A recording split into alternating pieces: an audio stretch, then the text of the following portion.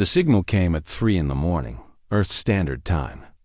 It traveled across 4,000 light-years of empty space before reaching the communication array orbiting Mars. The message was weak and broken, filled with static and desperate words in an alien language. Admiral Katie Vance was sleeping in her quarters aboard the USV Ironclad when her personal communicator began to buzz. She opened her eyes and stared at the ceiling for a moment before reaching for the device. The face of her communications officer appeared on the small screen. "Admiral, we have received a distress signal. It is from the Valari homeworld." Katie sat up in her bed. The Valari were a peaceful species that lived on the far edge of known space. They were small creatures with delicate bodies and wings like insects. The Galactic Council considered them a minor civilization, too weak to matter in the grand politics of the universe. "Send the signal to my ready room," Katie said. "I will be there in 5 minutes." She dressed quickly and walked through the quiet corridors of her ship. The Ironclad was a heavy battlecruiser, one of the largest vessels in the human fleet. It carried a crew of 800 men and women, all of them trained for combat in the most dangerous environments imaginable. The ready room was a small space next to the bridge. Katie entered and activated the main display screen. The distress signal played automatically, and she listened to the translated words with growing concern. "This is Elder Cherith of the Valari High Council. Our world is under attack. The Keth Dominion has invaded our system. They are killing our people and taking survivors as slaves. We have sent requests for help to the Galactic Council, but no one has responded. We are dying. Please, if anyone can hear this message, we need help. We cannot fight them alone." The message repeated 3 times before ending. Katie stood in silence, thinking about what she had just heard. The Keth Dominion was a cruel empire that conquered weak civilizations and sold their populations into slavery. They were feared across the galaxy, and most species chose to look away when they attacked. The door opened behind her. Commander Nathan Cole entered the room, his uniform slightly wrinkled from hasty dressing. He was a tall man with gray hair and tired eyes. He had served with Katie for 15 years through countless battles and missions. "I heard about the signal," Nathan said. "Have you contacted the Council?" "Not yet," Katie replied. "But I already know what they will say." She was right. When she opened the channel to the Galactic Council headquarters an hour later, the response was exactly what she expected. A thin alien with blue skin and 3 eyes appeared on the screen. He was a Tarathi diplomat, one of the oldest species in the Council. "Admiral Vance, we have received your inquiry regarding the Valari distress signal. The Council has discussed this matter and determined that intervention is not possible. The Keth Dominion controls a large fleet in that sector. Any rescue attempt would require significant military resources and would likely result in heavy losses. No Council species has volunteered to lead such a mission." "So you will do nothing," Katie said. It was not a question. The diplomat shifted uncomfortably. "The Council does not have the military capability to challenge the Keth directly. We must consider the safety of our own populations. The Valari are members of your Council. They pay taxes and follow your laws. Does that mean nothing?" "Admiral, please understand our position. The Valari are a minor species with limited strategic value. The cost of saving them would be too high." Katie ended the call without saying goodbye. She turned to Nathan, who had been listening from the corner of the room. "Prepare the shock fleet," she said. "We are going to Valara Prime." Nathan nodded slowly. "The Council will not approve this mission. Earth Command might have concerns as well." "I know, but I'm not asking for permission." The news spread quickly through the human military network. Admiral Vance was assembling a fleet to rescue an alien species that most humans had never heard of. She was doing this without Council approval, without guarantee of success, And without any promise of reward, volunteers came forward immediately. Captains requested transfer to her command. Pilots canceled leave to join the mission. Engineers worked through the night to prepare ships for departure. Within 48 hours, Katie had assembled 12 warships and over 6,000 personnel. Earth Command sent her a message expressing concern about the political consequences of her actions. She read it once and deleted it. The Galactic Council sent her a formal warning that humanity would face sanctions if the mission proceeded. She ignored that too. On the morning of departure, Katie stood on the bridge of the ironclad and looked at the stars through the main viewport. Her crew worked quietly at their stations, checking systems and running final calculations. Nathan stood beside her, his hands clasped behind his back. "The fleet is ready, Admiral," he said. "All ships report green status." Katie nodded. "Open a channel to all vessels."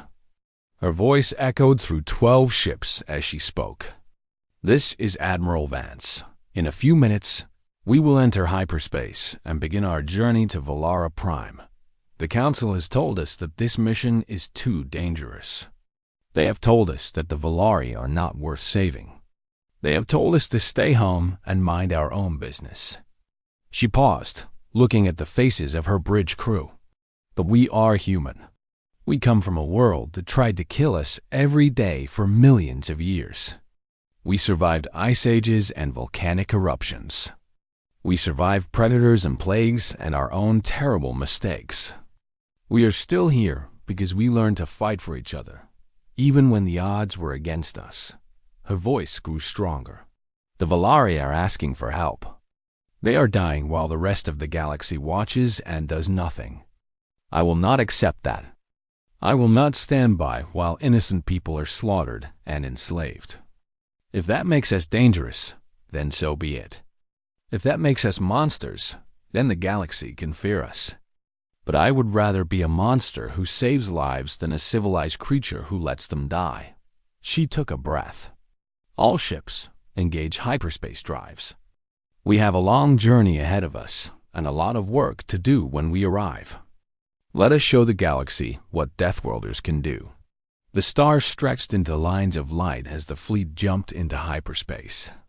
Behind them, the solar system grew small and distant. Ahead of them, 4,000 light years away, a dying species waited for help that had finally come. Katie Vance sat in her command chair and watched the swirling colors of hyperspace through the viewport. She did not know what they would find at Valara Prime. She did not know how many of her people would die in the coming battle. But she knew, with absolute certainty, that she was doing the right thing. That was enough. The journey through hyperspace took 11 days. During that time, Admiral Katie Vance held daily briefings with her officers. They studied everything the human database contained about the Keth Dominion. They reviewed maps of the Valari system. They planned attack strategies and backup plans for the backup plans. On the 12th day, the fleet dropped out of hyperspace at the edge of the Valara system. What they found was worse than anything they had imagined. The planet below was burning. Great clouds of smoke rose from the surface, visible even from orbit. Debris fields floated in space around them, the remains of destroyed civilian ships. Encircling the world like hungry animals were 23 Keth warships. Lieutenant Commander Ben Hardy sat at the tactical station on the bridge of the ironclad. His screens showed him everything he needed to know about the enemy fleet. "Admiral, I count 15 destroyers, 6 cruisers, and 2 heavy carriers. They have us outnumbered almost 2 to 1. Katie studied the display without expression. "What about their positions?" "They are spread out around the planet. It looks like they are running patrol routes, probably hunting for survivors trying to escape." Commander Nathan Cole stepped closer to the Admiral. "If we attack now, we can catch them by surprise. They are not expecting anyone to come." Katie shook her head. "We need to know what is happening on the surface first. If there are survivors, we need to reach them before the Keth figure out we are here. She turned to her communications officer. Send a tight beam signal to the surface. Use the same frequency as the original distress call. See if anyone responds. The signal went out and vanished into the chaos below. For several long minutes, there was only silence. Then, through the static and interference, a weak voice answered. This is Elder Chirith. Is someone there? Please, is someone there? Katie leaned forward in her chair. Elder Chirith, this is Admiral Katie Vance of the United Earth Fleet. We received your distress signal. We are here to help. The silence that followed lasted so long that Katie thought the connection had failed. Then she heard a sound that needed no translation. It was the sound of crying. You came, Chirith whispered. After all this time, someone actually came. We came, Katie confirmed. Now tell me what you need. The situation on the ground was desperate. The Keth had landed troops across the planet 2 months ago. They had destroyed every major city and killed millions of Valari in the first week. The survivors had fled underground, hiding in tunnels and caves and anywhere else they could find. The Keth hunted them constantly, dragging captives back to their ships for transport to the slave markets. Chirith and approximately 40,000 survivors were hiding in a network of tunnels beneath an old industrial complex. They had some food and water, but their supplies were running low. The Keth had discovered their location 3 days ago and were digging toward them. They would break through within 48 hours. Katie listened to all of this and made her decision quickly. We are sending rescue teams to your position. Hold on a little longer. Help is coming. She ended the call and turned to her officers. I want dropships loaded and ready to launch in 1 hour.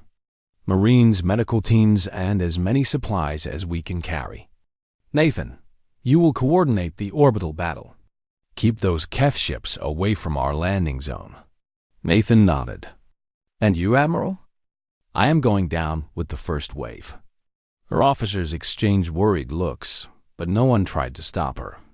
They knew their admiral well enough to understand that arguing was pointless. 1 hour later, 12 dropships launched from the ironclad and began their descent toward Valar Prime. The Keth noticed them immediately. Warning sirens echoed through enemy ships as they scrambled to respond. But Nathan Cole had positioned the human fleet perfectly. Before the Keth could reach the dropships, human weapons opened fire. Space around Valara Prime erupted into chaos. Plasma bolts and missiles streaked between ships. Explosions lit up the darkness. The human fleet was outnumbered, but they fought with a ferocity that stunned the Keth commanders. These strange creatures from the quarantine world seemed to have no fear of death. Down below, the dropships punched through the atmosphere and landed in a field of ash and rubble near the industrial complex. Admiral Vance was the first one out, her boots hitting the ground of an alien world for the first time in her career. The air was thick with smoke and chemicals that made her eyes water, but she ignored the discomfort and started walking. Sergeant Lisa Trent led the Marine squad that accompanied her. Lisa was a young woman with short brown hair and a face that seemed permanently calm, even in the worst situations. She had served in 3 previous combat deployments and had earned a reputation as someone who never panicked. Admiral, the tunnel entrance should be about 200 meters north, Lisa said, checking her scanner. I am detecting Keth life signs nearby. Looks like a patrol. Katie drew her sidearm. Then we go through them. The patrol consisted of 6 Keth soldiers. They were tall creatures with gray skin and 4 arms, each one holding a weapon. They saw the humans coming and opened fire immediately, their energy weapons scorching the air. The humans did not slow down. They advanced through the enemy fire, their armor absorbing hits that would have killed most species instantly. Lisa dropped 2 Keth with precise shots to the head. The other Marines took down the rest in seconds. The whole fight lasted less than a minute. When they reached the tunnel entrance, they found it sealed with a heavy metal door. Katie knocked on it 3 times and spoke loudly. "Elder Chirith, this is Admiral Vance. We are here." The door opened slowly. Behind it stood a creature unlike anything the humans had seen before. Chirith was small, barely reaching Katie's waist. She had a thin body covered in iridescent scales, 4 delicate wings folded against her back, and large compound eyes that reflected the light from human flashlights. She looked up at the humans standing before her. These creatures were huge and terrifying, covered in armor and carrying weapons. They had walked through fire and poison and enemy soldiers to reach her. By every standard Chirith knew, they should be monsters. But when Sergeant Lisa Trent knelt down to meet her eyes and extended a gloved hand, Chirith saw something unexpected. She saw kindness. "Sorry we took so long," Lisa said with a small smile. "Traffic was bad." Chirith did not understand the joke, but she understood the warmth behind it. She reached out with her own small hand and touched the human's fingers. "Thank you," she said. "Thank you for coming." Behind her, thousands of Valari survivors emerged from the tunnels. They were thin and scared, and many of them were injured. They looked at the human soldiers with a mixture of fear and wonder. Admiral Vance surveyed the crowd and began giving orders. "Set up a medical station here. Start processing the wounded first. Get supply crates distributed to everyone who can carry them. We need to move these people to the dropships as quickly as possible." She looked up at the smoke-filled sky, where distant flashes of light marked the ongoing space battle. "We do not have much time. Let us get to work." The rescue of Valara Prime had begun. Warlord Draxus stood on the bridge of his flagship, the Crushing Tide, and watched his tactical displays with growing confusion. The battle was not going the way it should. His fleet outnumbered the enemy almost 2 to 1. His ships were larger and carried more weapons. By every calculation, the humans should have retreated or surrendered hours ago. Instead, they were still fighting. "Report," Draxus commanded, his voice deep and rough. His tactical officer, a young Keth named Vorath, looked up from his console. "Warlord, we have destroyed 2 enemy vessels and damaged 3 others. But our own losses are significant. 4 destroyers gone, 2 cruisers heavily damaged. The humans are not fighting like any species we have encountered before." Draxus growled low in his throat. He had heard stories about the Deathworlders from the quarantine planet called Earth. The Galactic Council had warned everyone to stay away from them. They were supposed to be primitive savages from a world of endless violence. But savages did not build warships like these. Savages did not coordinate fleet tactics with such precision. Savages did not keep fighting when they should be running away. "Show me the ground battle," Draxus ordered. The main display changed to show footage from Keth soldiers on the surface. What Draxus saw made his blood turn cold. A group of humans was moving through a chemical processing facility. The air inside was filled with toxic gases that would kill a Keth in seconds. The humans were walking through it with simple breathing masks, their bodies apparently unaffected by the poison. One soldier reported that he had shot a human 3 times with his energy weapon. The human had fallen down, gotten back up, and then killed him with a single punch to the head. The strength required to do such a thing was beyond anything in Keth biology. Another report showed humans operating in the ruins of a collapsed building. The temperature inside was extreme, hot enough to cause fatal heat stroke in most species. The humans were sweating heavily but still working, pulling Valari survivors from the rubble and carrying them to safety. "What are these creatures?" Vorath whispered. Drax, as had studied the intelligence files on humanity. He knew the basic facts. Earth was a high-gravity world with extreme temperatures and a toxic atmosphere. It was filled with predators and natural disasters. The creatures that evolved there had to be strong and adaptable. just to survive. But knowing these facts and seeing them in action were very different things. On the surface, Captain Chris Lang was leading his platoon through the industrial district. Their mission was to clear a path between the tunnel complex and the landing zone. Keth soldiers stood in their way. Chris was a big man with broad shoulders and a quiet voice. He did not like to talk much, but he was very good at his job. He had been fighting since he was 18 years old, first on Earth and then on a dozen different worlds. Nothing scared him anymore. "Contact ahead," his point man reported. 20 Keth, fortified position. Chris studied the enemy through his scope. They were dug in behind barricades, covering the only road wide enough for the evacuation vehicles. Going around would take too long. Going through would be bloody. Options? He asked his sergeant. Sergeant Pete Morrison scratched his chin. "We could flank them through that factory on the left. The Keth probably did not enter it. Air quality in there is pretty bad." Chris checked his environmental scanner. The factory was filled with chlorine gas at levels that would cause permanent lung damage in most species. For humans, it would be uncomfortable but survivable. "Good enough," Chris said. "First squad with me through the factory. Second squad keeps them busy from the front." They moved quickly. Second squad opened fire on the Keth position, drawing their attention. Meanwhile, Chris led first squad into the abandoned factory. The chlorine burned his eyes and throat, but he pushed forward. His soldiers followed without hesitation. They emerged behind the Keth barricade like ghosts from a nightmare. The enemy soldiers turned to face them, shock visible in their body language.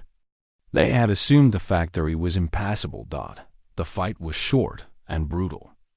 Human soldiers at close range were devastating. They were stronger, faster, and far more aggressive than Keth troops. Within 3 minutes, the barricade was clear. Chris stepped over the bodies and waved for the evacuation vehicles to proceed. His eyes were red and watering from the chlorine exposure. He would need medical treatment later. But for now, there was more work to do. Back in orbit, Warlord Draxus received report after report of similar incidents. Humans surviving conditions that should have killed them. Humans fighting through injuries that would have disabled Keth warriors. Humans doing things that seemed physically impossible. "Warlord," Vorath said carefully, "perhaps we should reconsider our position. These creatures are not like anything in our experience. The cost of defeating them may be higher than the value of the Valari slaves." Draxus turned to look at his officer. In the Keth Dominion, suggesting retreat was often punished with death. But Vorath had been with him for many years and had earned the right to speak honestly. "You think we should run," Draxus said. "I think we should survive. The Galactic Council quarantined Earth for a reason. We ignored that warning. Now we are paying the price." Draxus looked back at the tactical display. His fleet was still larger than the human force. He could probably win this battle if he committed fully. But how many ships would he lose? How many soldiers would die? And what would happen when Earth learned that the Keth had killed their people? The Deathworlders did not forget. They did not forgive. If he destroyed this fleet, a larger one would come. And then another. And another. Until the Keth Dominion itself was burning. "No," Draxus said finally. "We will not retreat. That would show weakness to the other slave species we control. They would think we can be challenged." He straightened his posture and made his decision. "Send reinforcements. Contact the home fleet and request the Annihilator. If the humans want to fight, we will give them one they will never forget." The message went out across the stars. 3 days later, a massive shadow emerged from hyperspace at the edge of the system. It was a dreadnought, the largest warship the Keth had ever built. Its hull was covered in weapons. Its engines glowed with terrible power. On the bridge of the ironclad, Admiral Katie Vance watched the new arrival appear on her screens. Nathan Cole stood beside her, his face pale. "Admiral, that ship is twice the size of anything we have. Our weapons might not even scratch its armor." Katie studied the dreadnought for a long moment. She thought about her fleet, battered and tired from days of fighting. She thought about the Valari survivors still waiting for evacuation on the surface. She thought about all the things that could go wrong. Then she smiled. "Well," she said quietly, "I guess we will have to try something creative." Nathan looked at her with a mixture of worry and admiration. He had seen that smile before. It usually meant someone was about to do something very stupid and very brave. "What do you have in mind?" he asked. Katie turned away from the display. "Get me Sergeant Trent. I have a special mission for her." The real battle was about to begin. The war entered its second month. Earth was burning, but Earth was still fighting. The Global Defense Coalition had formed in the first week of the conflict. Every nation on the planet had joined. Old enemies now fought side by side. Countries that had pointed nuclear weapons at each other for decades now shared soldiers and supplies. For the first time in human history, the species was truly united. Lieutenant Nicole Sanders had become a symbol of this unity. She was a pilot who had shot down more Valorian craft than anyone else alive. Her face was on posters and bunkers across the world. Children drew pictures of her plane. Soldiers wrote her name on their helmets for luck. Nicole did not care about fame. She cared about killing aliens. She had lost her family in the first attack on Los Angeles. Her parents, her sister, and her young nephew had all died when a Valorian ship bombarded the city. She had not cried. She had not mourned. She had simply climbed into her jet and started fighting. Her squadron flew missions every day, sometimes twice a day. They attacked Valorian ground positions, shot down drones, and occasionally engaged the larger ships. Most pilots lasted a week before they were killed. Nicole had survived 2 months. Some people said she was blessed. Others said she was too angry to die. Dr. Adam Clark was fighting a different kind of war. He was a weapons engineer who had been working on shield technology when the invasion began. Now he worked in an underground lab, studying captured Valorian equipment. The transport ship that Commander Eric Tanner had captured was a treasure of alien technology. Adam spent weeks taking it apart, learning how Valorian shields and weapons worked. He discovered that their shields operated on a specific frequency. If humans could match that frequency, they could punch through the shields like they were not there. He built a prototype weapon in 3 weeks. It was ugly and unreliable, but it worked. The first time they tested it on a captured Valorian drone. The drone exploded like it had been hit by a missile instead of a small bullet.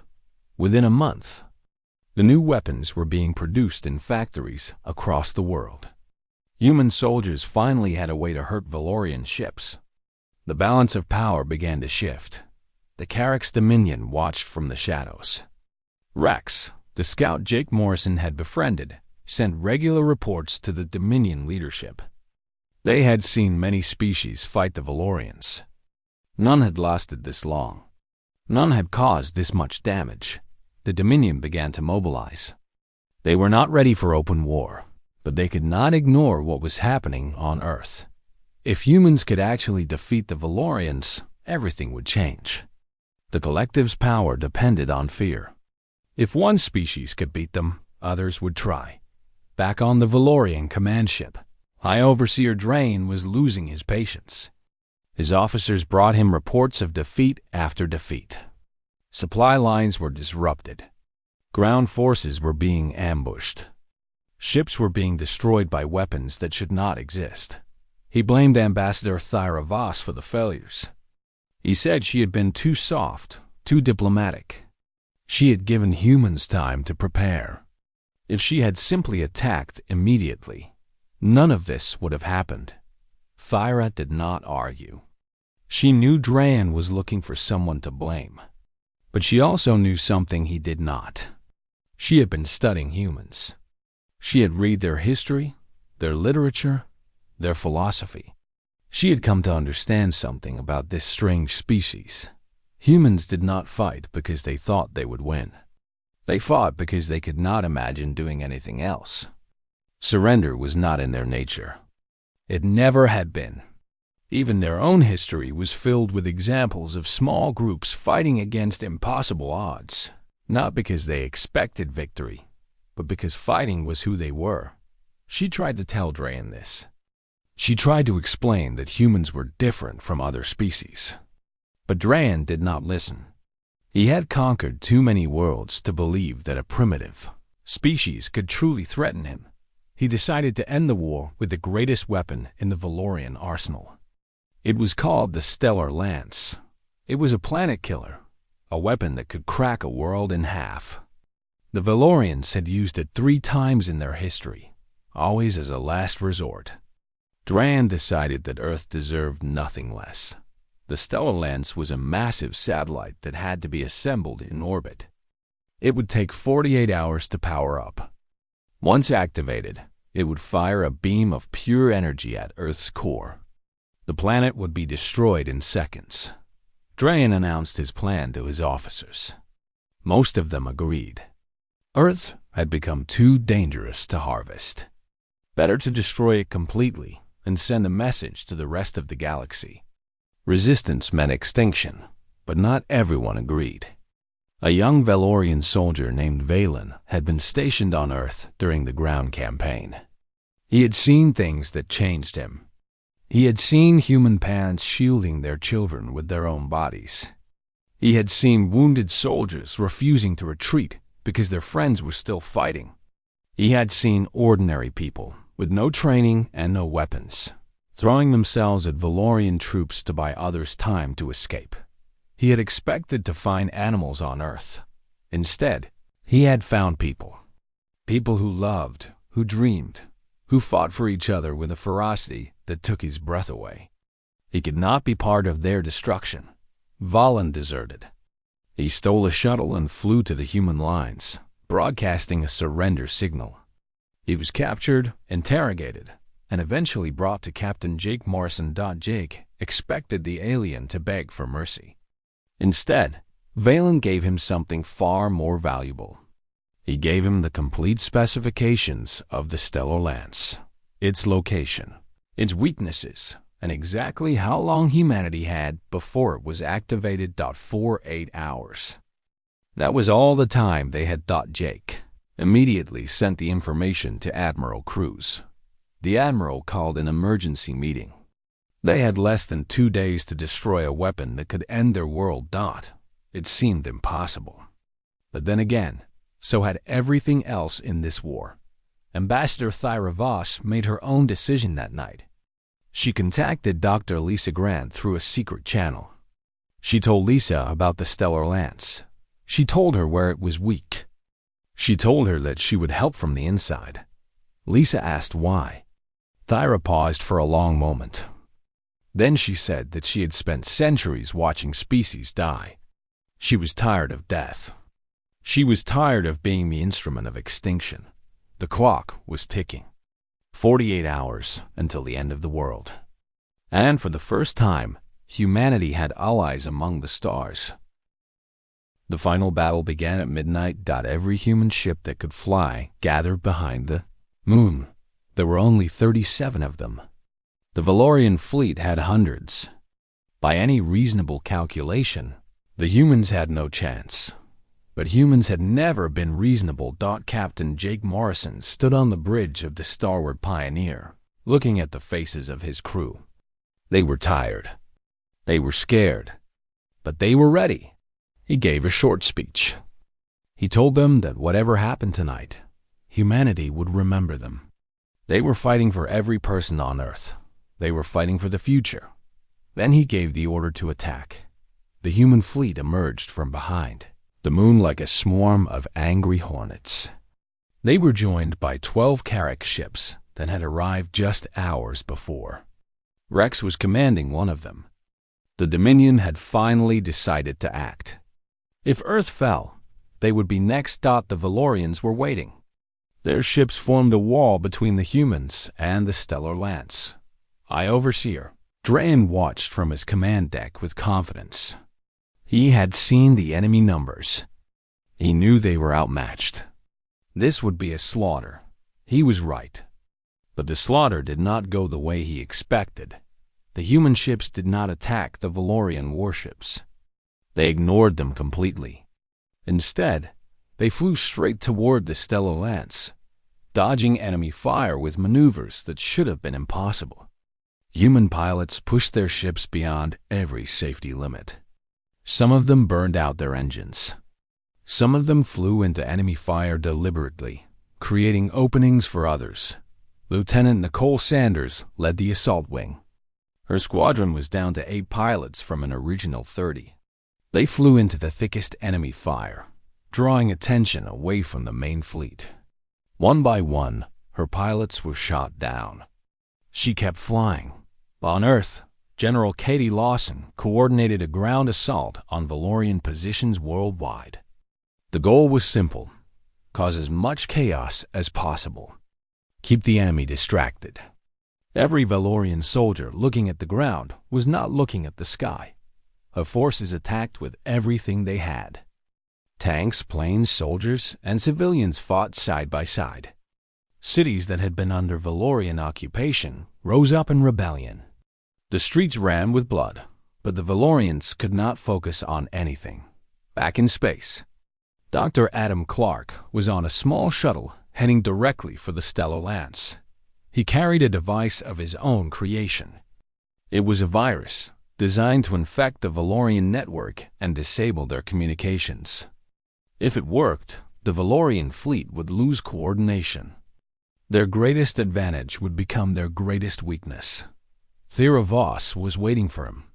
She had disabled the internal defenses of the section where Adam needed to plant the virus.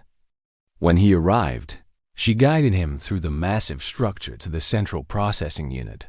Adam asked her why she was helping. Thyra looked at him with ancient, tired eyes. She said that she had lived for a very long time. She had done terrible things. She wanted just once to do something good. Adam planted the virus. It spread through the Valorian network in seconds. Across the fleet, ship captains suddenly could not communicate with each other. Weapon systems went offline. Navigation failed. The perfect Valorian coordination collapsed into chaos. Jake Morrison saw his chance. He led the remaining human and Carrick ships in a direct assault on the stellar lance. The weapon was nearly charged. They had minutes left. Sergeant Ryan Mitchell was with Jake. They had assembled a strike team of the best soldiers Earth had to offer. Their job was to board the stellar lance and destroy it from within. The boarding was brutal. Valorian guards fought desperately to stop them. Ryan lost half his team in the first corridor, but they kept pushing forward. They had no choice. Jake reached the command center first. High Overseer Drain was waiting for him. The ancient Valorian looked at Jake with a mixture of hatred and confusion. He asked how this was possible. How could such a primitive species cause so much damage? How could humans fight like this? Jake raised his weapon. He thought about everything humanity had survived. The ice ages, the plagues, the wars, every disaster that should have ended them. He thought about his wife and daughter, waiting on Earth, hoping he would come home. He said that humans have been fighting since before they could walk upright. They had never stopped. They never would. The Valorians had just given them a new enemy. Then he pulled the trigger. Drain fell. The command center was taken, but the stellar lance was still charging. Ryan found the control panel and tried to shut it down, but the system was locked. Valen appeared at the door. He had escaped the Valorian ship and followed the human assault team. He ran to the control panel and entered his command codes. The charging sequence stopped, but the weapon was unstable. The energy that had been building needed to go somewhere. If they did not release it safely, the entire station would explode. Nicole Sanders was still outside, flying cover for the assault team. She heard Jake's transmission explaining the situation. Someone needed to stay behind and manually trigger the release. They would not survive. She did not hesitate. She flew her damaged ship directly into the Stellar Lance's primary exhaust port. Her ship wedged itself into the mechanism, giving the others time to escape. Then she activated her self-destruct. The explosion released the stored energy harmlessly into space. The Stellar Lance was destroyed. Nicole Sanders died a hero. The Valorian fleet, leaderless and broken, began to retreat. Some ships tried to fight. Most did not. They had never experienced defeat before. They did not know how to handle it. The war was over. Humanity had won. The cost was terrible. Billions had died. Cities were ruins. The planet would take decades to rebuild. But Earth was free, and it would stay free. In the weeks that followed, the Carrick's Dominions sent a formal alliance proposal. Other species, encouraged by humanity's victory, began reaching out. The Valorian collective retreated to their core systems. Their empire, shaken for the first time in millennia, Thyravos and Valen, stayed on Earth. They became ambassadors for a new Valorian faction that rejected the old ways. They helped humanity understand the galaxy and prepare for the challenges ahead. Captain Jake Morrison returned to his wife and daughter. He was called a hero, but he always said the real heroes were the ones who did not come home. Admiral Cruz retired. General Lawson took his place. Dr. Grant began building a galactic communication network. Dr. Clark kept inventing new technologies. And somewhere in the rebuilt cities of Earth, people looked up at the stars with new eyes. They had been prey.